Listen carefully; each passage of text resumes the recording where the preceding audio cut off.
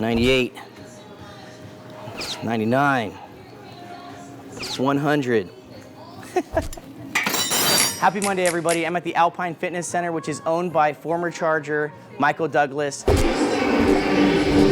And I just got to spend some time with Amy Saflar. 99% of the time, nobody cares about real estate, and it only matters when they care. One of our very, very consistent and awesome agents. Hope you guys enjoy.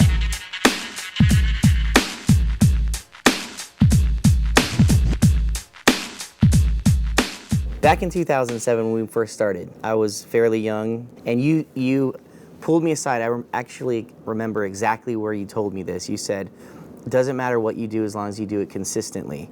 And I can't tell you how often I regurgitate those words. I must have said that to like 200, 300 people. Doesn't matter what you do it consistently. I act like it's my material. I guess everybody now will know it's not my material. It's actually yours, and it's meant a lot to me over all these years. Well, thank you. Well, I don't know if you remember saying that or I not, do, because when I came in, I came under my mother-in-law, Paula, and she made me do everything, and it was horrible. I mean, I had my East Lake farm, and I door knocked, and I gave away turkeys, and put flags on all the land, and I hated it for an entire year. I got one listing. I cold called, that was miserable. I mean, I did everything you can think of, held open houses, I did all of that, and I found what worked for me to stay in front of people and to stay connected to people, which you have, my newsletter. So we get this every single month. Yes. For over 10 years, we've got this at our house every single month. I still in snail mail, 20 years later. I buy stamps, I go into the post office and I get cute stamps, and every month I send it, I do a cover letter of something interesting about the market or real estate or trust or something, and then I send it because, 99% of the time nobody cares about real estate, and it only matters when they care. Mm-hmm. And so I just want people to know I'm still in the business, and when they need information, I'm here, I'm a resource, and clients talk to me for 3 or 4 years before they do anything, and then we, they're and it's always the same color, right? It is, very, yes. It's always the same color.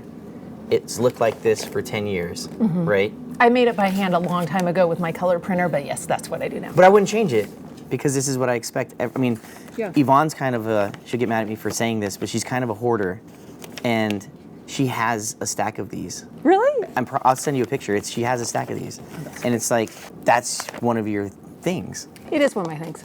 And I leave them, even here at the Alpine Fitness Center, I leave them downstairs in the rack, and people can just take them. And I sometimes put them on signposts, but I snail mail them. I mean, that's my thing. So you're doing this? Are you doing any other? I've seen you do a couple videos. I have. You do any Facebook, Instagram, or? Minimalist. I have to say I have not embraced social media as perhaps I could. I'm pretty good about videos. My son makes videos for me for my real estate properties, so I've been really good about marketing with videos. Have a website, YouTube channel, but maybe 2019 will be the year I'll get into Facebook and really have a better presence on there. We're gonna blow you up on Facebook. I have a feeling you're gonna blow up on Facebook this week. It'd be fun. No, yeah. I'm trying. It's not my joy area. I'd much rather just talk to people and be in front of people and help people directly than spend time doing that. So what else do you do consistently? I guess I'm a believer in volunteering. You get to know people that way. You give back to the community that way. I am not very good at wearing my name tag and talking to people in the grocery store, so that's not kind of how I meet people. It's more, I guess it's just more personal. So consistently I try to meet new people in a meaningful way that's not, shoving it down their throat that I do real estate. Mm-hmm. And then I get a huge amount of my business from referrals. I'm a big believer in really listening to people and sometimes telling them, don't sell, don't move. Because then they come back and then they refer their friends and family to me. And so I become, if you notice my material, I'm a real estate consultant because I do a whole lot of guiding and advising, not just selling. And I think that's really what's helped a lot. So you're staying in front of people mm-hmm. through stuff like this, mm-hmm. and then you're not doing any hard, crazy sales. You're more of just a resource. Right. Consistently. Yeah. And I have clients call me for vendors. And so then kind of keeping up with relationships with good vendors and, trying to cross-market with them as well helps. What would you say is your biggest challenge, your most recent challenge that you've overcome? I spend a lot of time with clients, and so my joke is I do social work real estate. Prior to my real estate world, I was actually a social worker. I know, right? Totally not related. Kind of is, though. Well, it's very related because I spend a lot of time talking with clients, and I guess the biggest challenge right now is, as the market's shifting, people are scared, and they need to make a move, they need to sell, and they need to buy, and it's trying to help them manage their stress and still take action. Like, it's so much easier to do nothing, but they really want to accomplish something. So it's helping people figure out how to get from A to B and manage the process of it. And as the market's shifting, properties are on the market a little longer, helping them plan, helping them think through of that is really kind of where we are right now. So you're having people say, well, I'm not sure if I want to sell, or I'm not sure if I want to buy. Well, and they're scared. You know, is this the top of the market? Is this the bottom of the market? Should I buy? Should I sell? Should I? And it's all of the uncertainties. And so I think it's trying to come in and help them gain an understanding of what their goals are. Like, you're never going to time the market right. It's going to go up and it's going to go down from this point, no matter what. It always changes. So what are your goals, and why are you trying to make the move? And does it make sense right now? And that's really what I try to help people think through when I sit down with them. So if I were to say, if I was your client and I said, Amy, I'm not sure if I want to sell. Should I wait until the price? I don't know what to do. I know I want a different house, but should I sell now? So then I kind of walk them through, well, if you sell in a high market, then you're buying in a high market. So you talk about property taxes and interest rates. If you sell in a low market, you buy in a low market, but you have less money for leverage. So then I look at more like their situation. So I have a client who has been in their home for a long amount of time, really low mortgage payment, but they're commuting their kid to school, and they're tired of it. So then you look at affordability. Well, if you're tired of it and you can afford to move, does it really matter what the market's doing if it makes your life better? And so I kind of walk through the motivation and their personal needs and their situational stuff.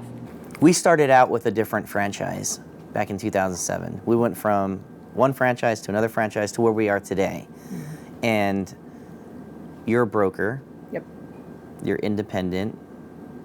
You're extremely smart. You're extremely successful. All the good stuff that you'd want in a perfect agent. Why have you stuck with Coldwell Banker? Well, so it's interesting as my career has unfolded and I've watched other agents, because I don't believe in reinventing the wheel. I think that if someone else is doing it right, find out what they're doing and see if you can emanate it, because why would you reinvent the wheel? And I have found that although being an independent agent, I am the same person and I would give the same skill set and I would bring the same attention.